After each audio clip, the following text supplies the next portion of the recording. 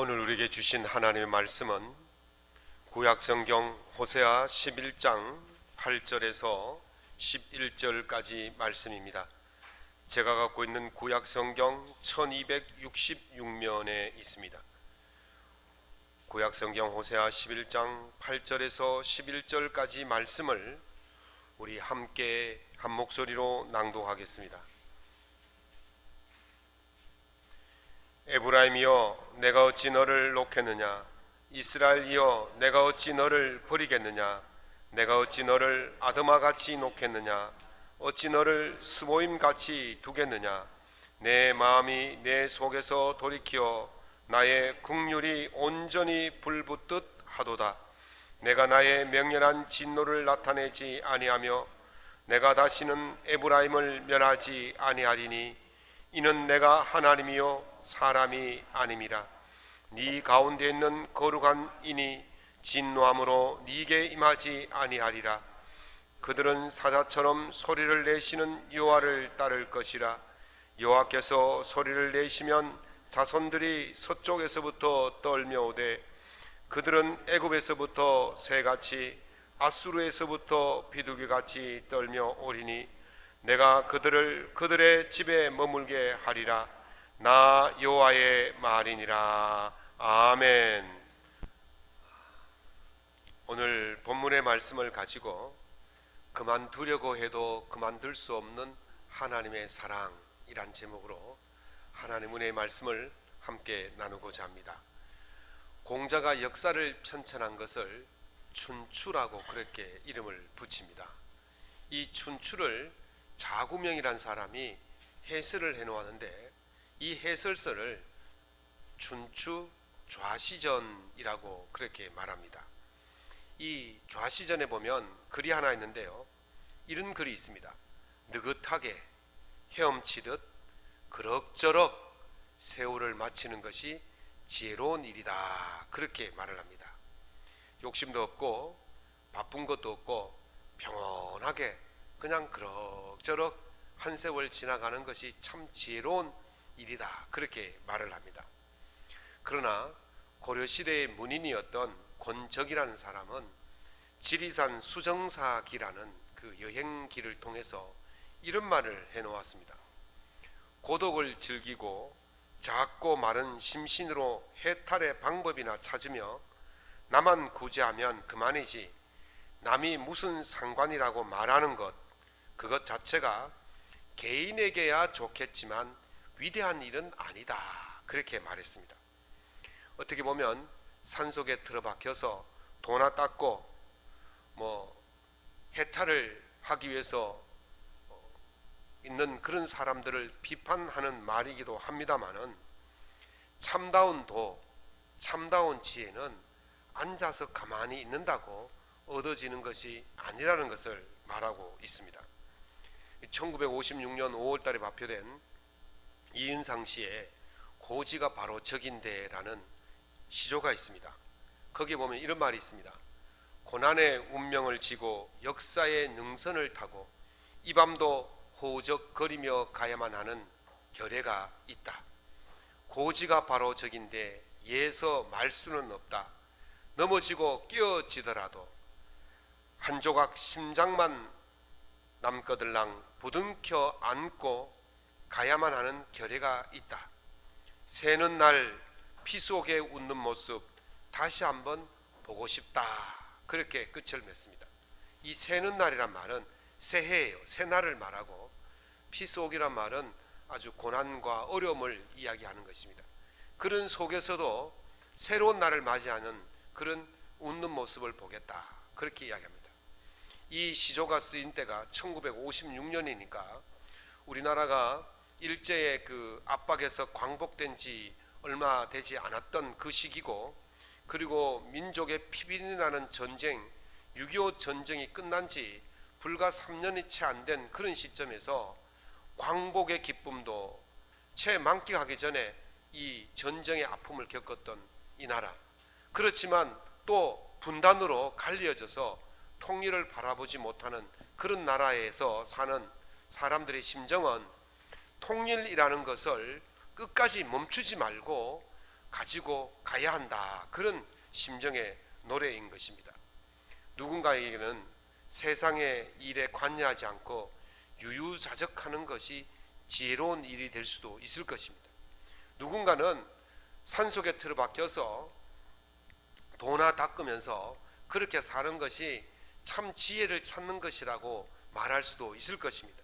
그러나 누군가에게는 결코 멈출 수 없는 그 일을 해야만 하는 그런 사람들이 있는 것이죠. 그만두려고 해도 그만둘 수 없는 그 일이 있다는 것입니다. 그만두려고 해도 그만둘 수 없는 그것을 가리켜서 공자의 제자 안현은 욕파불능이라고 말했습니다. 욕자는 하고자 할 욕자고 파자는 쉴파, 멈출파 이런 뜻이 있습니다. 불능이란 말은 하지 못한다는 거죠. 내 능력으로 하지 못한다.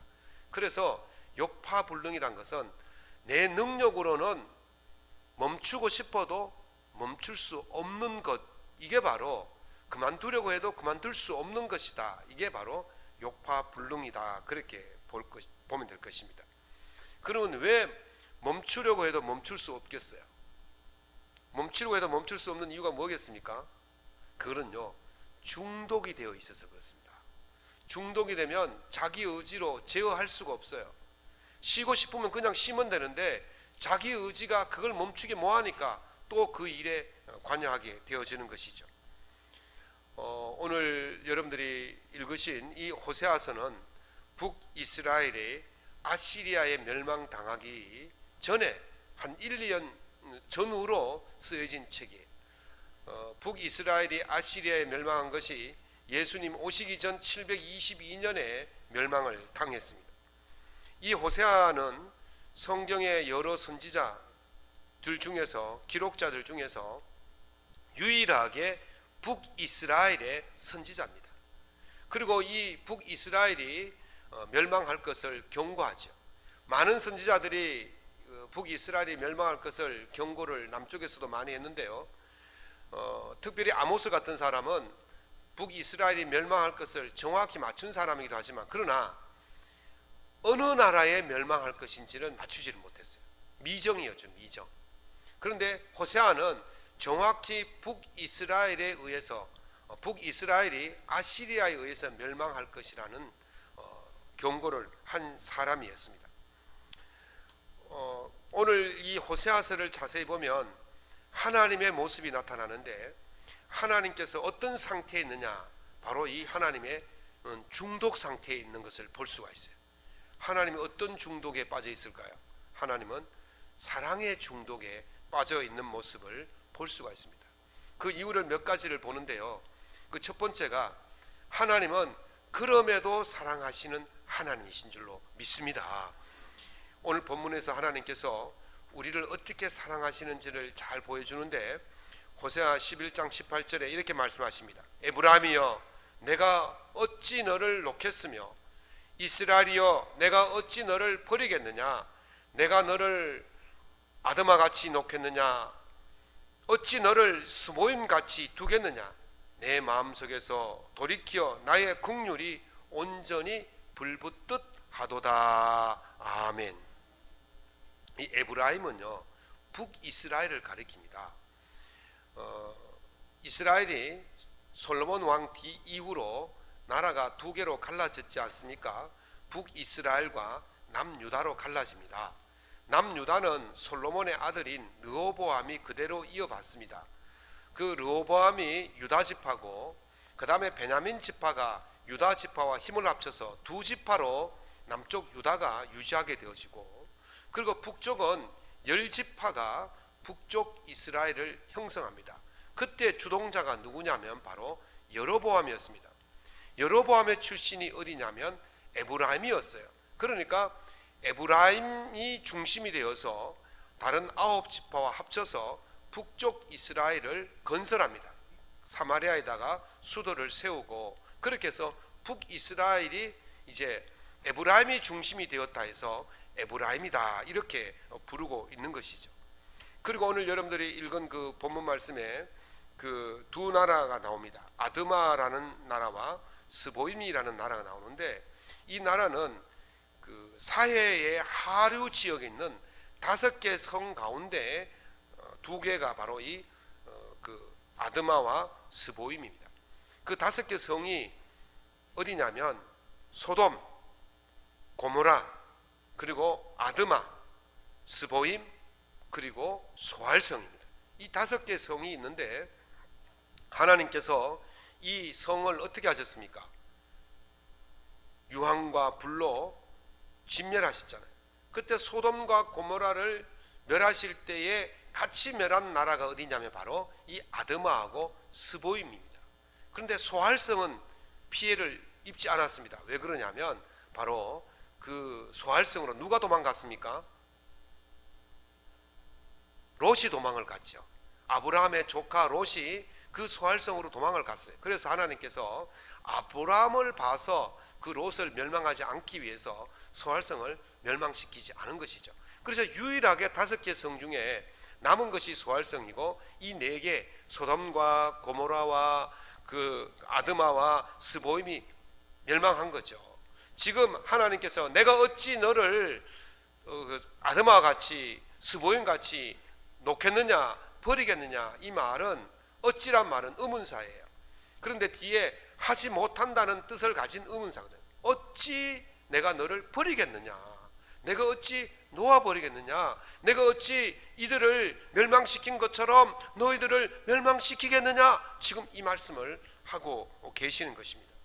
하나님께서 그 소돔과 고모라 또는 그 아드마 또는 스보임 같이 놓아버리면, 하나님의 보호를 받지 못하면 그는 멸망할 수밖에 없고 그 패망할 수밖에 없음을 이야기해 주고 있는 것입니다. 그런데 하나님께서 그렇게 하지 않겠다는 거예요. 어찌 그렇게 하겠느냐, 어찌 나 그렇게 뭐한다, 그렇게 말씀하고 있는 것입니다. 왜 하나님께서 그렇게 뭐하십니까? 왜 스보임처럼 소돔과 고모라처럼 왜 아드마처럼 손을 놔버리고 멸망하도록 그렇게 진노를 하지 아니하시고 그 이스라엘 에브라임을 붙들고 계시겠습니까? 한 남자가 부산에 가기 위해서 KTX 열차를 탔습니다. 자기 옆에 한 부인이 앉았는데 출발하려고 할 때에 전화가 왔어요. 그래 보니까 남편하고 통화를 하는 것 같아요. 여보, 이제 기차가 출발했어요. 집에서 잘 밥 드시고 하세요. 그러면서 전화를 끊었어요. 그런데 전화 끊기 전에 흘낏 보니까 그 발신자의 이름이 오렌지로 되어 있는 거예요. 그래서 전화 끊은 다음에 부인에게 이야기합니다. 남편의 별명이 오렌지인가 봐요. 참 낭만적이네요. 그랬더니 이 부인이 씩 웃으면서 하시는 말씀이, 아니에요. 그런데 왜 오렌지라고 적었습니까? 그게요, 언젠가는 갈아먹고 싶어서 오렌지라고 붙였어요. 그러더라고요. 남편들 조심하십시오.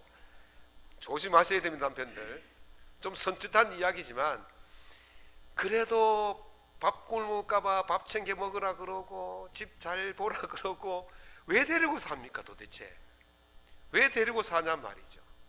왜 부인들이 갈아 마시고 싶은 남편을 그래도 데리고 사냔 말이죠.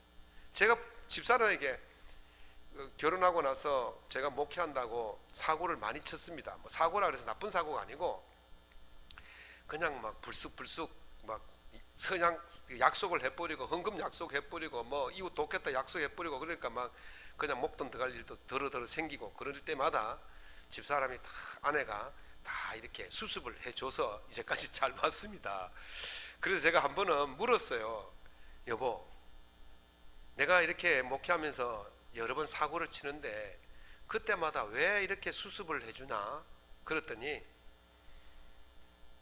끝까지 함께 가야 할 사람이니까요. 그래서 그거 말고 없습니까? 다른 이유 없어요? 내 남편이니까요. 그럼 다른 이유는 없나요? 그랬더니 빤히 제 얼굴 쳐다보더면 사랑하니까요. 내 그때에 하나님의 마음이 어떤 마음인 줄 알았어요. 하나님의 마음이 어떤 마음이냐? 인간은 사고치고 수습은 하나님이 하시는 거예요. 아멘 안 하시죠? 이때 아멘 하시죠. 수습은 사고는 인간이 치고 수습은 하나님이 하실 줄로 믿습니다. 하나님 왜 그러시겠어요? 우리와 끝까지 함께 가야 할 존재들이기 때문에 우리를 끝까지 책임을 지시는 거예요. 야곱이요, 아버지 이삭을 속이고 형 에서를 속이고 장자권을 빼앗았지 않습니까? 그것이 들통이 나서 형이 죽인다 그러니까 도망을 갑니다. 밧담 아람에 있는 삼촌 라반의 집으로 도망을 가다가 베델 광야에서 노숙을 하게 되어집니다. 그때 하나님께서 밤에 나타나셔서 야곱에게 이렇게 말씀하시죠. 내가 너와 함께 있어 네가 어디를 가든지 너를 지키며 너를 이끌어 이 땅으로 돌아오게 할지라. 내가 네게 허락한 것을 다 이루기까지 너를 떠나지 아니하리라. 아멘. 끝까지 하나님께서 함께 가십니다. 여러분들이 다 이루는 그날이 언제입니까? 바로 천국 하나님 앞에 서는 날인 줄로 믿습니다. 그날까지 하나님은 우리와 끝까지 함께 가시는 거예요. 지금 사고를 누가 쳤습니까? 야곱이 쳤잖아요. 야곱이 쳤는데 하나님이 수습을 하고 계십니다. 끝까지 함께 가야 할 존재들이기 때문에 하나님은 우리를 버리지 않는 줄로 믿습니다. 하나님께서 왜 끝까지 함께 하시려고 하시겠습니까? 이사야 43장 1절에 보면 야곱아 너를 창조하신 여호와께서 이제 말씀하시느니라. 이스라엘아 너를 조성하신 자가 이제 말씀하시느니라. 너는 두려워 말라. 내가 너를 구속하였고 내가 너를 지명하여 불렀나니 너는 내 것이라. 아멘. 너는 내 것이라. 내가 너를 만들었지 않느냐? 내가 너를 조성하지 않았느냐? 그래서 내가 너를 버릴 수가 없는 거예요. 아버지라는 거예요. 부모라는 거예요. 그런데요, 하나님께서 그 조성하신 만든 그것이, 창조한 그것이 사고를 칩니다. 정말 그 하는 짓을 보면요, 갈아 마셔도 시원치 않을 그런 짓을 저지르고 있는 거예요. 지금 북이스라엘이 하는 짓이 바로 그런 모습이에요. 여로보암이 왕이 되었을 때 북쪽과 남쪽으로 갈려졌을 때에 북쪽에 있는 이스라엘 백성들이 예배드리러 남쪽으로 가야 합니다. 예루살렘 성전이 남쪽에 있으니까. 그러니까 사람들이 자꾸 남쪽으로 내려가니까 저 내려갔다가 마음 뺏길까봐 못 가도록 하기 위해서 한 일이 뭐냐면 북쪽에 제일 끝이 단이고 남쪽에 제일 끝이 베델이거든요. 그러니까 단과 베델에다가 우상 금송아지를 세워놓고 이게 하나님이다, 여기 절하면 된다, 그렇게 했던 거예요. 그래서 그 뒤로 이후부터는 모든 그 성경의 그 열왕기나 역대기나 보면 딱 두 사람의 이름이 나오는데 한 사람은 여로보암의 길로 갔더라, 한 사람은 다윗의 길로 갔더라, 이렇게 왕들을 비교를 합니다. 여로보암의 길은 무엇입니까? 우상을 섬기는 거예요. 하나님을 떠나는 거예요. 하나님을 배반하는 거예요. 하나님께서 갈아 마셔도 시원치 않을 짓을 했다는 거예요. 그러나 다윗의 길은 하나님 마음에 합한 일을 했는 줄로 믿습니다. 지금 여로보암이 그 일을 한 거예요. 그 일을 여로보암 뒤로 모든 왕들이 똑같이 그 짓을 했다는 것입니다. 그럼에도 불구하고 하나님께서 어찌 버리시겠느냐? 어찌 버리시겠느냐? 네가 사고를 아무리 쳐도 갈아 마시고 싶을 만큼 그런 나쁜 짓을 해도 하나님은 버리지 못하시는 줄로 믿습니다. 왜? 하나님이 창조하셨기 때문에, 하나님의 자녀이기 때문에, 하나님의 백성이기 때문에. 그 이야기가 지금 호세아서 전반에 나타나고 있는 거예요. 하나님은요, 자격 미달이라도 사랑하시는 줄로 믿습니다. 하나님께서 호세아를 통해서 고멜과 결혼하라고 말합니다. 고멜이 어떤 여자냐? 그 성매매하는 여자예요. 돈을 받고 또는 쾌락을 돈만 주면 자기 몸을 파는 그런 여자예요. 선지자는 정결한 여인과 결혼을 해야 되는데 어떻게 이런 여인과 제가 결혼할 수 있겠습니까? 그렇게 의문이 들겠죠. 그런데도 하나님께서 그래도 결혼하라는 거예요. 고멜은요, 선지자에게는 자격 미달의 여인입니다. 아내로서는 자격 미달이에요. 지금 그 고멜을 누구에게 묘사하고 있느냐면 바로 북이스라엘 북이스라엘의 자격 미달이 배반하고 하나님을 떠난 그것은 바로 우상을 섬기는 것은 성적으로 타락한 것과 같은 것이라고 지금 말씀하는 거예요. 그 이스라엘 백성들이 어떻게 거룩하신 하나님과 함께 할 수 있겠습니까? 함께 할 수가 없는 거예요. 자격 미달인 거예요. 그런데 하나님께서는 결혼하라는 거예요. 함께 하기는 너무도 자격 미달인 그를 하나님께서 품겠다는 것입니다. 호세아서 1장에 보면 하나님께서 고멜에게서 난 아이들의 이름을 지어주는데 첫 번째 아들 이름을 이스르엘이라고 말합니다. 이스라엘이 아니고 이스르엘입니다. 이스르엘은 하나님이 뿌리시다.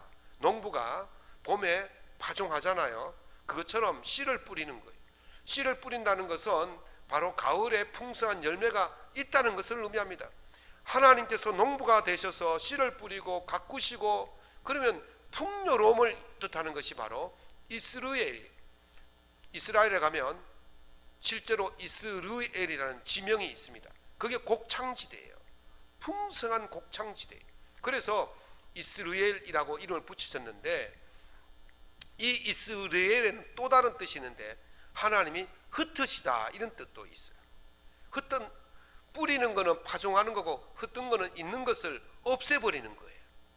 그게 흩으시다인데 오늘 이 이스라엘이라고 이름을 붙이는 것은 바로 이 후자 두 번째의 의미가 있어요. 하나님이 흩으시는 의미가 있는 거예요. 멀쩡한 것을 없애버리겠다는 거예요. 멸망시키게 버리겠다는 것입니다. 그 내용이 호세아 1장 4절 5절에 보면 나와 있어요. 하나님께서 이스라엘을 폐하겠다, 없애버리겠다. 하나님께서 이스라엘의 화를 꺾으시겠다, 망하게 하시겠다는 거예요. 지금 하나님께서 얼마나 진노하셨으면 그 고멜이 낳은 그 아들의 이름을 멸망의 이름으로 지어버리겠냐 말이죠. 그리고 얼마 안 있다가 또 아이를 낳습니다. 두 번째 아이가 딸인데요, 그 이름을 로르하마라고 지으라고 그랬어요. 로자는 아니다라는 뜻이거든요. 르하마라는 뜻은 국률이란 뜻이거든요. 그러니까 이름을 붙이면 로르하마, 국률이 없다는 거예요. 하나님의 국률이 없다 이 말이에요. 여러분들 자녀들 이름 지을 때 어떻게 짓습니까? 최대한 이름을 복을 받을 수 있는 이름, 위대한 이름, 그런 이름으로 짓지 않겠습니까? 저는 아이들의 이름을 지을 때 어질 최고로 어지라고 이름을 그렇게 지었어요. 그래서 다혜입니다. 그리고 최고로 현명하라고 그래서 다현이라고 이름을 지었어요. 뭔가 좋은 이름을 붙이는데 어떻게 자녀의 이름을 망한다, 첫째 아들은 망한다고, 둘째 아들은 국률이 없다고, 둘째 딸은 국률이 없다고, 셋째 아들인데 이름을 로암미예요. 로암미. 로는 아니다라고 했잖아요. 암미는 백성이란 뜻이에요. 내 백성이 아니라는 거예요. 하나님의 백성이 아니라는 거예요. 어떻게 아이들의 이름을 이렇게 짓습니까? 이것은요, 하나님께서 징계하시고 은총을 빼앗아 버리시고 나와는 상관이 없는 그런 백성이라는 거예요. 하나님께서 이스라엘 백성들을 기르다가 이제는 도저히 안 되니까 손절하시겠다는 거예요. 끊어버리겠다는 것입니다. 그처럼 하나님께서 끊어버리고 싶을 만큼 자격이 모자라는 인생이 바로 이스라엘 백성들이고 오늘 우리 인생이, 그러나 하나님께서 다시 말씀하십니다. 이스라엘의 본래의 뜻대로 풍요롭게 해주시겠다. 여기서 아멘이 나와야 돼요. 이스라엘의 본래의 뜻대로 풍요롭게 해주실 줄로 믿습니다. 자격 미달이에요. 버리고 싶어요. 갈아마시고 싶어요. 그런데 그를 버리지 아니하고 다시 풍요롭게 하신다. 로르하마에서 로자를 떼버립니다. 르하마입니다. 내가 너에게 다시 국류를 베풀어 주겠다. 로암미에서 로자를 떼버립니다. 내가 다시 너의 하나님이 되겠다. 너는 내 백성이 될 거다. 그렇게 지금 약속해 주시고 계십니다. 왜 그렇습니까? 왜 하나님께서 버리지 못하시고 다시 국류를 베푸시고 다시 풍성케 해주시고 다시 안아주시고 다시 구원해 주십니까? 시편 2편 7절에 보면 너는 내 아들이라 내가 오늘날 내가 너를 낳았도다. 아멘. 내가 너를 낳았도다. 내 새끼라는 거예요. 내 자식이라는 거예요. 하나님은 자기 자식, 자기 백성을 결코 버리지 아니하실 줄로 믿습니다. 부모에게는요, 자식이 아무리 자격 미달이라 할지라도 버릴 수가 없는 것입니다. 송석춘이라는 분이 쓴 기름때 묻은 원숭이의 미국 이민 이야기라는 책이 있어요. 그 책에 보니까 이분이 공군 대위로 제대를 하셔서 우리나라 대기업에 들어가셨는데 고속 승진을 했대요. 그런데 자기 아이들의 그 새 아이들의 그 교육을 위해서 미국으로 이민을 갔답니다. 그 우리나라 대기업에 잘 나가는 그 다 버리고 미국 가서 이제 하는데, 이 첫째 아들이 중학교 2학년 때 이 적응이 안 되는 거예요. 미국 사회에 학교 가면 왕따 당하고 뭐 좀 그렇게 하니까 애가 너무너무 힘들고 괴로우니까 한 번은 학교 휴일에 밤에 학교에 들어가 가지고 다 때려 부신 거예요, 학교를. 그래서 얘가 잡혔어요. 얘가 지금 그 구치소에 잡혀 들어가고, 학교 교장은 켄터키주에서는 이 아이가 갈 학교가 없을 겁니다. 그러면서 폐학을 처분을 했어요. 그때 이 송석준 씨하고 그 아내하고 이제 그 밑에 둘 애들 동생들 데리고 교장을 찾아갔어요. 이미 지역 사회에서는 그런 불량배의 부모라고 해서 완전히 거리를 두고, 한인 사회에서도 그들 멀리하고, 교회마저도 그를, 교회 가면 교인들마저도 멀리하는 완전히 고립되는 그런 상태에서 학교 교장 선생님을 찾아가서 아이의 잘못은 부모의 죄입니다. 아이를 대신해서 내가 속죄하겠습니다. 그러면서 휴일이 되면 학교 청소를 다 하겠습니다. 교장 선생님이 뭐 이런 부모가 있나 싶어가지고 하도 간청을 하니까 허락을 해줬어요. 휴일이 되면 이 송석준 씨 부부와 그 어린 아이들, 초등학교 유치원 다니는 아이들 데리고 학교 운동장부터 시작해서 교실 곳곳을 청소하는 거예요. 매번 휴일마다. 그것이 지역 신문에 났습니다. 어떻게 났느냐? 가족의 명예와 아들을 위해 부모는 모른 채 하지 않았다. 아들을 위해서 부모는 모른 채 하지 않았다. 그래서 그 법원에서 그 아이를 선처를 해서 아이가 이제 감옥에서 나오고, 아이가 공부를 다시 시작해서 미국 나사 항공우주국, 연방항공우주국의 그 우주선을 탑재하는 최고위의 팀장이 된 거예요. 놀랍지 않습니까? 최고의 팀장이 되었어요. 그래서 그 사람이 외국의 막 유명 인사들, VVIP들이 오면 그 사람이 다 설명을 해주는 유일한 한국인이라는 거예요. 그 송석준 씨가 이렇게 말합니다. 내 아들이 죄를 지었으면 내가 죄를 지은 것입니다. 내 아들이 저지른 행위에 대해 변상은 물론 어떤 일이든지 하겠습니다. 부모는요, 자격 미달의 자녀라 할지라도 버리지 않는 것이 부모예요. 그 자녀가 저지른 그 일을 책임지는 것이 부모인 줄로 믿습니다. 아무리 자녀가 속을 썩히고 갈아먹고 싶을 그런 짓을 하더라도 부모는 그 자녀에 대해서 무한 책임이 있는 것입니다. 하나님은 우리의 부모인 줄로 믿습니다. 그래서 하나님은 우리에 대해서 무한 책임을 가지고 계시는 거예요.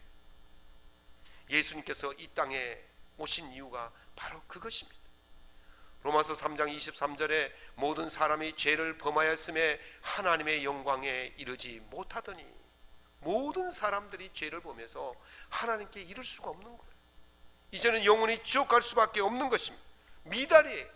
거룩하신 하나님께 나아가려면 거룩해야 되는데 이제 그 죄를 졌기 때문에 자격이 미달인 거예요. 갈 수가 없는 거예요. 그런데요, 하나님께서 이렇게 말씀하시지 않습니까? 이사야 49장 15절에 여인이 어찌 그 젖먹는 자식을 잊겠으며 자기 태에서 난 아들을 긍휼히 여기지 않겠느냐?